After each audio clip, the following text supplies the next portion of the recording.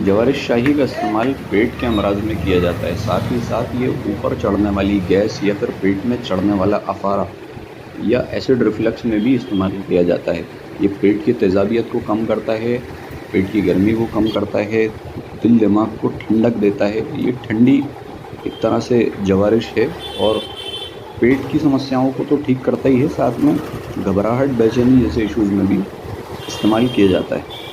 इसके अंदर ये आंवला और हरड़ का मुरब्बा इसका बेस तैयार किया जाता है, उसमें और जड़ी-बूटियाँ मिलाकर इसको बनाया जाता है। इसका 5 से 10 ग्राम तक का डोज़ेज हो सकता है और इसको